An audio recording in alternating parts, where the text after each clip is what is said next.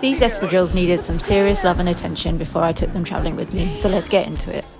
The upper and insole board had come away from the sole unit and they needed a good clean, so I got started with disassembling the components of the espadrille.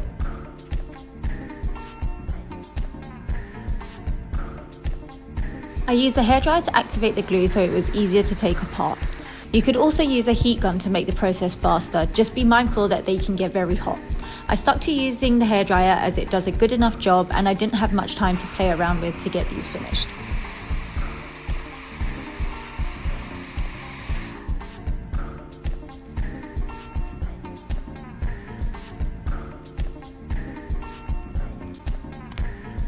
Now that the upper has been removed from the sole unit, you can inspect the condition of them and figure out what needs to be removed next. You either see shoes like a puzzle or like peeling an onion. Every layer gives you an indication of what to do next.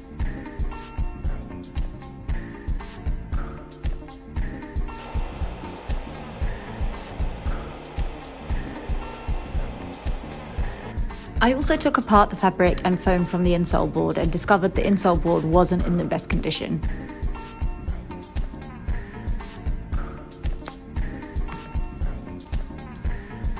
I decided that I'd come back to the insole board later as I wanted to get the uppers in the wash.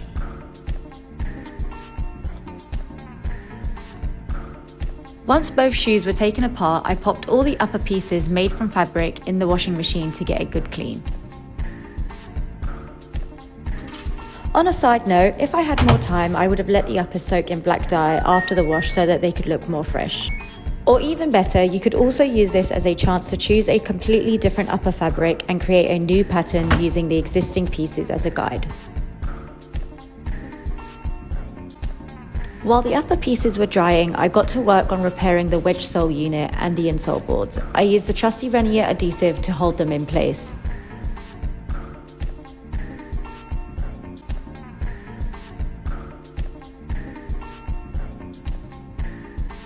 I used the same adhesive to attach the upper fabric lining to the insole board.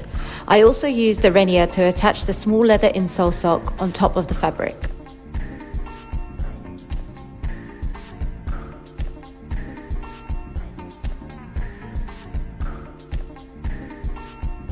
I attached the rest of the upper pieces one by one in the same order as they came off on the insole board.